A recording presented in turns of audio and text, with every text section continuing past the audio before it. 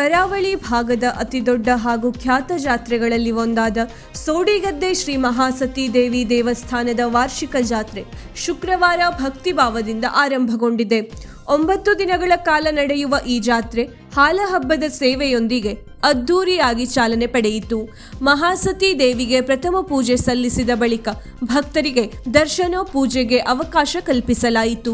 ಸ್ಥಳೀಯರೊಂದಿಗೆ ನೆರೆಯ ಜಿಲ್ಲೆಗಳಾದ ದಕ್ಷಿಣ ಕನ್ನಡ, ಉಡುಪಿ ಸೇರಿದಂತೆ ವಿವಿಧೆಡೆಯಿಂದ ಸಾವಿರಾರು ಭಕ್ತರು ಜಾತ್ರೆಯಲ್ಲಿ ಪಾಲ್ಗೊಂಡರು.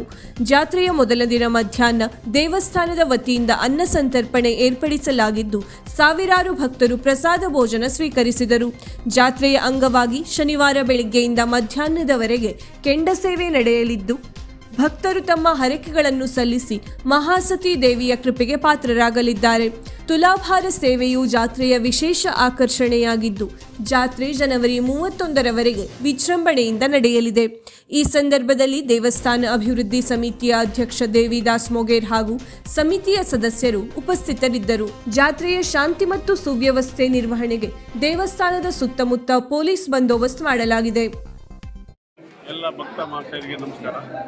ಸೋಡಿಗೆದ್ದೆಯ ಮಹಾಸತಿ ಅಮ್ಮನವರ ಪ್ರತಿ ವರ್ಷದ ಜಾತ್ರೆಯಂತೆ ಈ ವರ್ಷ ಸಹಿತ 23/1/2026ರಿಂದ ದಿನಾಂಕ 31/1/2026ರವರೆಗೆ 9 ದಿನಗಳ ಕಾಲ ಅದ್ದೂರಿಯಿಂದ ನಡೆಯುತ್ತದೆ.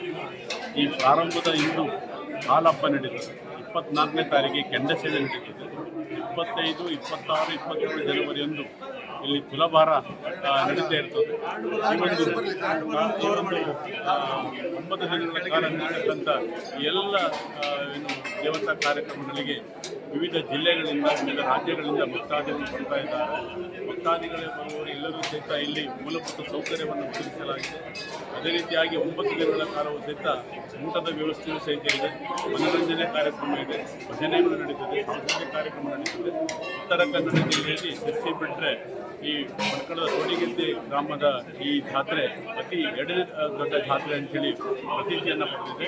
ಹಾಗಾಗಿ ಎಲ್ಲ ಭಕ್ತ ಮಹಾಶಯಗಳು ಬಂದು ಈ ದೇವಿಯ ಕೃಪೆಗೆ ಪಾತ್ರರಾಗಬೇಕು, ದೇವಿಯ ಪ್ರಸಾದವನ್ನು ಸ್ವೀಕರಿಸ ಮಾಡಬೇಕಾಗಿ ಈ ಮೂಲಕ ಪ್ರಾರ್ಥನೆ ಮಾಡಿಕೊಳ್ತೇನೆ.